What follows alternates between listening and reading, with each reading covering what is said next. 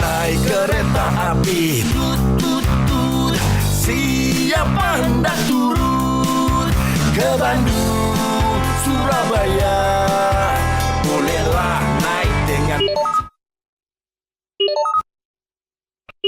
Berkibarlah benderaku, lambang suci gagah perwira di seluruh bangsa Indonesia. Kau tetap pujaan bangsa.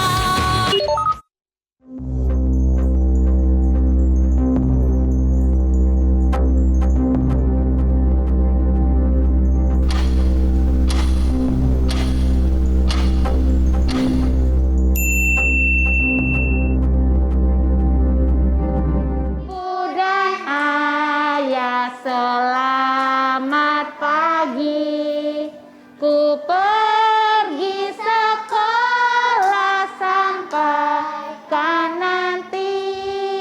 Selamat belajar nak, penuh semangat.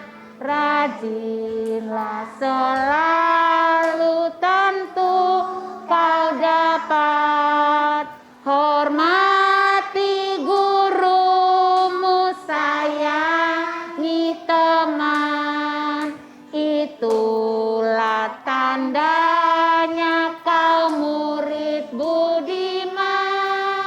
Ibu Sud memang diakui sebagai pencipta lagu anak-anak dan juga lagu nasional ya. Karena memang lagunya populer, bahasa dan kata-katanya mudah dimengerti oleh anak-anak. Sejak kecil, kukira Ibu Sud sudah bersentuhan dengan musik ya. Dia intim dengan musik. Jadi kalau ketika bangsa ini lahir, peran dia adalah membunyikan musik. Artinya kekuatan Ibu Sud, dharmanya Ibu Sud untuk negeri ini, tuahnya adalah musik. Kan begitu. Nah, sejak kecil dia ditumbuh yang tadi dibilang di rumahnya Kramer. Dia belajar ini itu, kemampuan dia bermusik. Lucunya Mbah tuh kalau bikin lagu nggak pernah pakai alat musik. Ya, Mbah itu selalu pakai siulan. Mbah jago banget bersiul. Jadi bikin not balok, bikin apa itu pakai siulan. Dan itu ada ceritanya lagi nanti tentang bagaimana lagu itu terlaksana untuk didengarkan. Ya, Mbah itu memang tidak memakai alat musik. Yang lucunya memang memakai siulan. Ibu Sud ini kalau kita simak karyanya itu, dia tipikal orang yang pandai membaca keadaan. Ya? Dia piawai dalam memotret pemandangan, kira-kira begitu. Dan mengartikulasikannya kembali dalam bentuk nada-nada. Di rumahnya yang di Menteng bocor dia bikin lagu tentang hujan. Tik tik bunyi hujan di atas genting. Mbah itu dibilang punya suami punya, tapi Mbah Kakung saya almarhum itu memang businessman. Sering banget travel, hampir jarang di rumah, keluar kota dan sebagainya. Jadi Mbah itu kalau waktu genteng bocor, terus dia mau nungguin ada laki-laki yang naik ke genteng, ya enggak. Dia naik tangga, dia benerin sendiri gentengnya. Dan itu cerita yang sebetulnya sangat biasa. Apa ada ibu-ibu sekarang naik genteng? Saya rasa nggak akan ada. Mbah naik genteng gitu loh. Mbah saya itu naik genteng, nggak penting buat dia. Yang penting rumah gue nggak bocor kan gitu ya. Terciptalah lagu Hujan tadi. naik kereta api, tut tut tut, siapa hendak turun ke Bandung, Surabaya, bolehlah naik dengan percuma. Ayo temanku lekas naik, keretaku tak berhenti lama. Lagu kereta api lucu. Nah, karena waktu kita kan lahir di Bandung sama kakak saya nih berdua, Pak Rifa, kita lahir di Bandung. Nah, Mbah itu kalau datang ke Bandung mau ngajak cucunya kemana? Ke Taman Kereta Api. Kan ada Taman Kereta Api di Jalan Merdeka. Jadi dia bikin lagu Kereta Api. Tahun 50-an itu. Mbah selalu mendirikan dirinya tuh seperti anak-anak waktu bikin lagu. Aku belum pernah lihat Mbah membuat lagu sebagai orang dewasa. Karena semua yang dia tulis, kata-katanya, ritmenya, dia pasti jadi anak-anak. Dia pengen nyanyiin lagu-lagu itu gitu loh. Jadi semua anak kecil nggak bakal sakit leher ya kan. Nggak mungkin ketinggian tonasi atau kerendahan tonasinya. Karena dia mendirikan sebagai anak-anak itu yang mau nyanyi lagu-lagu yang dia bikin. Itu tepat. Sebetulnya lagu Mbah itu kan banyak loh. Tentang sampah, mengajari anak untuk bersih, nggak boleh buang sampah sembarang. Tentang binatang, apapun, mau kupu-kupu, mau apapun, mau yang dia bikin tuh untuk anak-anak kecil mengenal binatang, menyayangi binatang. Tentang alam semesta, ya kan, pohon cemara dan sebagainya. Itu kan mengajari anak kepada alam untuk menghargai alam, menghargai ciptaan Tuhan.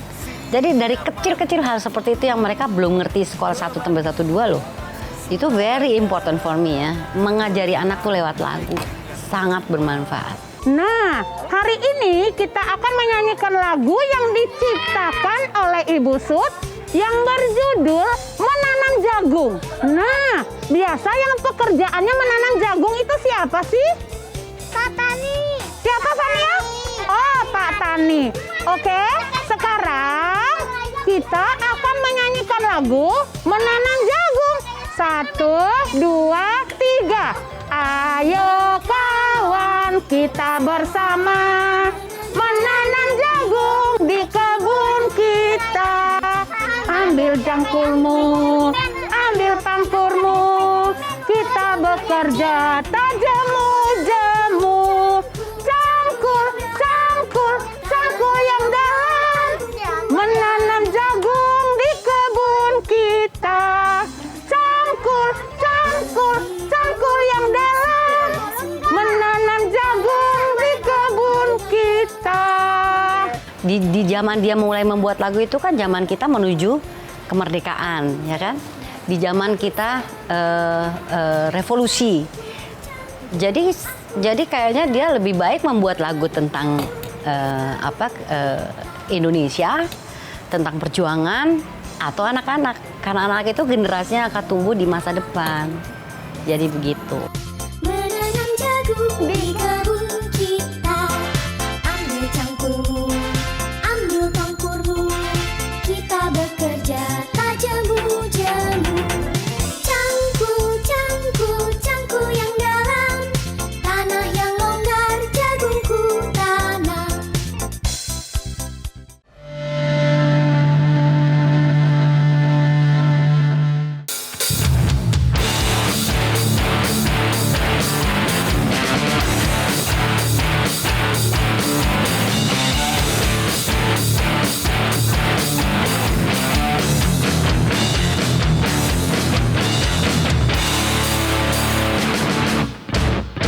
Berkibarlah benderaku, lambang suci gagah perwira.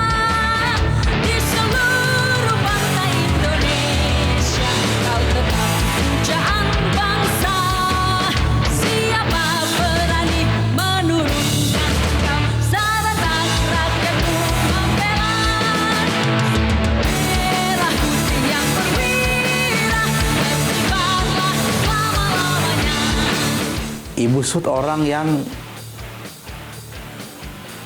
hadir ketika bangsa baru, bangsa Indonesia lahir. Dia ada di dalam lingkaran orang-orang yang kemudian menggagas kelahiran sebuah bangsa bernama Indonesia. Ya, bahasa orang hari ini mungkin seorang orang yang aktif, perempuan ya, yang aktif terjun ke gelanggang perjuangan ya, dengan caranya. Jadi ketika kita mengenang-enang kelahiran bangsa yang bernama Indonesia ini, aku kira nama Ibu Sut adalah satu di antara orang yang semangatnya, gairahnya ada di dalam masa-masa itu.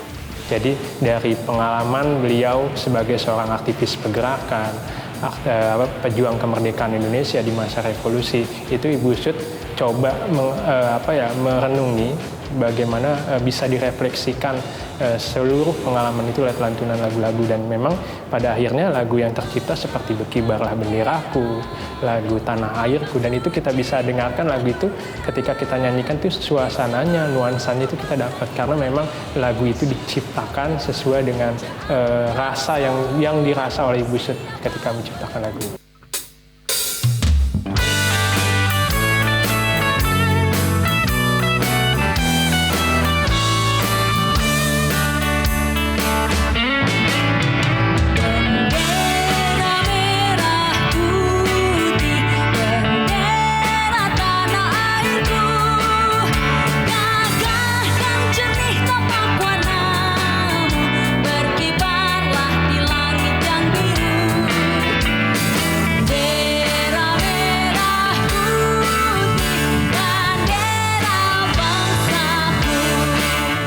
ya lagu Mbah. Mungkin yang familiar cuma beberapa. Tapi sebetulnya di luar Bendera Merah Putih, Berkibar, Tanah Air, masih banyak lagi ya lagu-lagunya itu. Cuman yang lebih sering didengarkan itu ya. Kita masih anak-anak, masih menyanyikan lagu-lagu yang digubah oleh Ibu Sud, kan? Di kampus-kampus, paduan-paduan suara masih menyanyikan lagu-lagu Ibu Sud. Bahkan lebih daripada itu, ketika merayakan bangsa ini, kita menyanyikan lagu Tanah Airku Tidak Kulupakan. Lagu yang sering kita nyanyikan. Bahkan selapis dari kita tidak ngeh kalau itu karangan Ibu Sud. Ya. Tapi kita kenal karyanya, kenal lagunya. Lalu ya lagu yang beresonansi patriotik ya, rasa nasionalisme, misal tadi Tanah Air. Itu lagu indah sekali, itu lagu kuat sekali.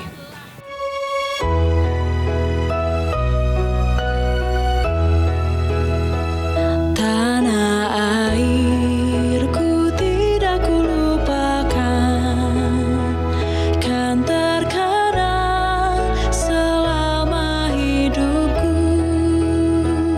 Biarpun saya pergi jauh, tidak akan hilang dari kalbu. Oh, mau denger ceritanya Tanah Air Indonesia nggak dibuatnya gimana? Kenapa lagu itu membuat kita selalu nangis ya kalau denger?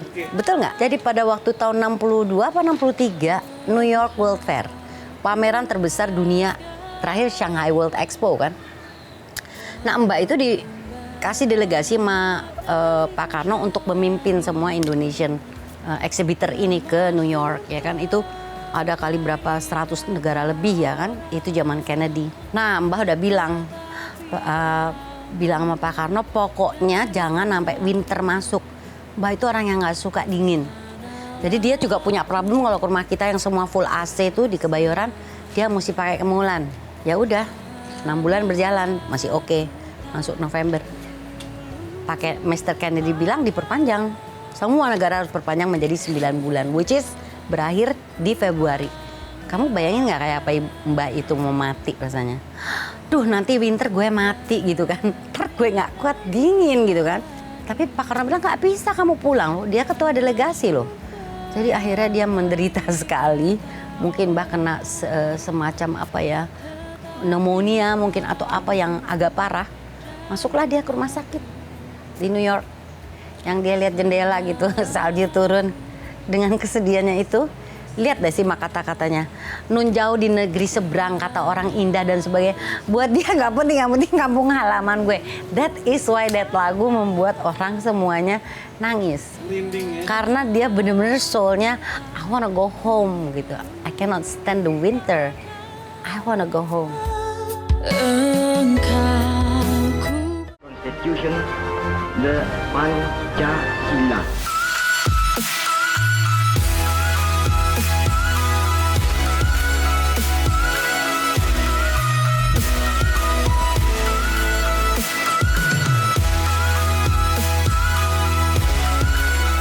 Jadi Museum Sumpah Pemuda ini dulunya adalah rumah kos 106, juga disebut sebagai gedung Indonesia Club Gebo atau Klub Huis. Jadi para pemuda-pemudi Indonesia sering berkumpul di sini, termasuk Ibu Sud. Jadi mereka di sini kadang berdiskusi soal kebangsaan, soal persatuan, soal tanah air.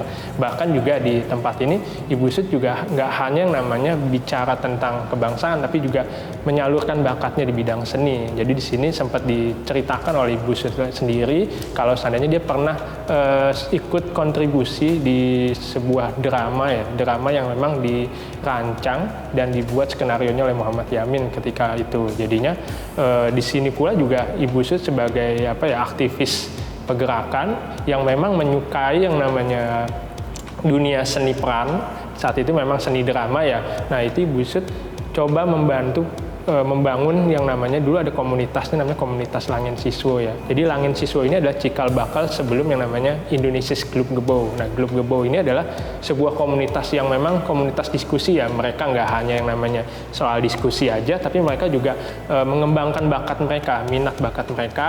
Seperti Ibu Sud suka bermain drama, mencipta lagu ya. Jadi mereka berkecimpung di tempat ini. Jadi sering membantu mencari anggaran dananya, karena memang dana yang namanya untuk menyelenggarakan sebuah pentas kualitas, itu mereka nggak dapat terima dari mana-mana, karena memang harus mereka cari sendiri, bahkan mereka harus rela iuran mereka pribadi yang mereka harus keluarkan. Gitu. Jadi Ibu Sud pernah menuliskan cerita, dan cerita itu termuat dalam kumpulan tulisan Sumbangsihku Bagi Pertiwi, kalau tidak keliru itu judulnya. Itu sebuah naskah yang kemudian dikumpulkan, dihantarkan naskah itu oleh Ibu Tin Soeharto ya, tahun 80-an awal. Ibu Sud bercerita, menceritakan pengalaman hidupnya sedikit banyak, antara lain pengalaman ketika dia tanda kutip mengamen, mencari dana, menggalang dana, umurnya belasan tahun hari itu. Dia menggalang dana untuk menggelar sebuah kongres pemuda. Dia ikut. Lalu Ibu Sud juga menceritakan apa yang terjadi ketika tanggal 28 Oktober itu. Ibu Sud menceritakan dia bersama W.R. Supratman memainkan instrumen Indonesia Raya, lagu baru waktu itu. Yang kalau menurut Ibu Sud lagu itu sering mereka mainkan sebenarnya, tapi secara sembunyi, secara di antara lingkaran-lingkaran mereka. Instrumen lagu yang kemudian hari ini menjadi lagu kebangsaan Indonesia Raya ya, lagu kebangsaan kita. Ya, nada-nada yang dialun oleh Ibu Sud ya, dia bersama W.R. Supratman. Nada itu kemudian panjang umurnya hingga hari ini, saban-saban waktu dinyanyikan oleh kita bangsa Indonesia, entah dalam seremoni 17 Agustus, entah dalam seremoni menaikkan upacara bendera, ya, dan lain sebagainya, dan lain sebagainya.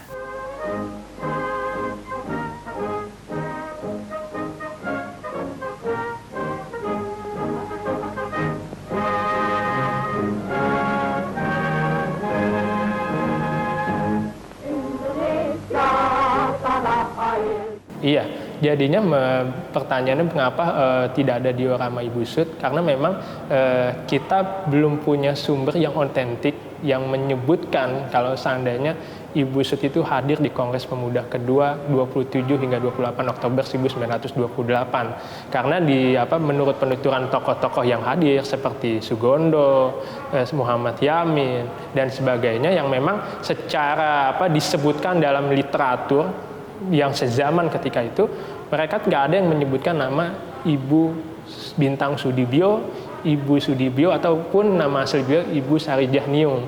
Jadi memang tidak ada catatan terkait itu. Terlepas dari sekian banyak yang hadir tersebut, memang tidak bisa kita data apakah di antara mereka yang hadir itu ada Ibu Sud. Jadi karena sejarah itu bicara tentang data, kita harus punya data otentik yang memang menyebutkan kalau seandainya Ibu Sud hadir. Sementara data yang memang mengacu Ibu Sud hadir itu penuturan langsung dari Ibu Sudnya, begitu. Indonesia tanah pusaka, rasa kita semua.